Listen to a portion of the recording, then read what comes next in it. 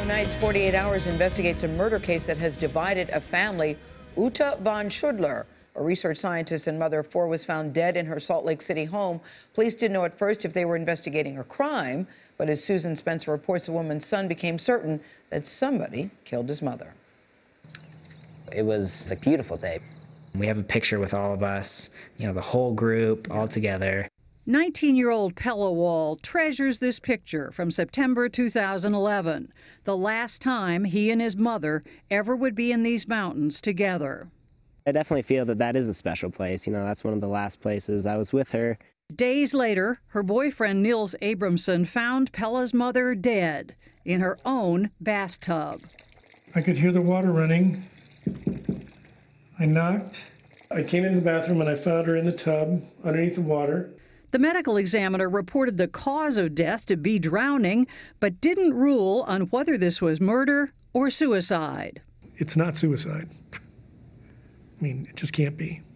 But Uta's ex-husband, Johnny Wall, was sure that it was. Did he tell you that this was suicide? He did. He basically said that your mom chose to leave you. Uta had left Johnny years earlier when she ended their marriage. Ultimately, Uta walked out. She had an affair with somebody else, and she walked out on Johnny and her kids. He blamed Uta for everything that went wrong in his life. Wall's close friend since childhood, Klaus Fiebig. He asked me, would it be bad if Uta wasn't around anymore? The very night Uta was discovered, investigators picked up Johnny Wall for questioning.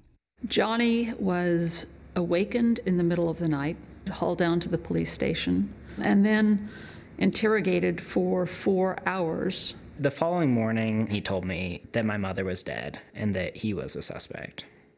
Stunned by the news himself, Pella hardly could believe his father's reaction.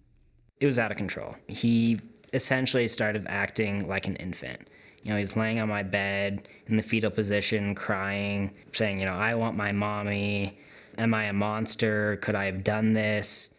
Pella was sure he knew the answers to both those questions. I was absolutely 100% convinced that he was responsible for my mother's death. Johnny did not kill Uta. Pella was a teenager who got swept up in a crusade that was started by others. It became more and more clear to me exactly what I needed to do. Very complicated story. Father and son pitted against each other. How has the father responded to the son's crusade? With adamant denials. And the father's family says, we don't understand this. How could you possibly turn against your own father? We love you. We want you back in the fold. But they're convinced that the son is simply wrong, that he's misguided and, seeking vengeance for something. And who believes the son is absolutely right? Well, you always ask me these questions that are going to get me in trouble. All right, I don't want to get you. The investigation is coming to fruition, and there's going to be court We'll find the answer to that later, won't we? Saturday night. Indeed, but I mean, you saw how vicious this got. I mean, they put up a billboard at one point. Pella and backed by his mother's family and friends, put up this giant billboard, "Justice for Uta, help us find the murderer." It's really been a remarkable. I am curious to see why Pella is so convinced, though, because this is really tough. You're going against, you've lost your mother, which is very tragic, and now you're looking at your father. I want to see why he's so convinced. And you will. I know. And why is Susan Zirinsky so fascinated by crime? This is what we do, Joe. Susan Zirinsky is the super-duper executive producer of She is this indeed. hit, long-running, successful program. Saturday night, I'll be there. Thank you, Susan Spencer. Thank you.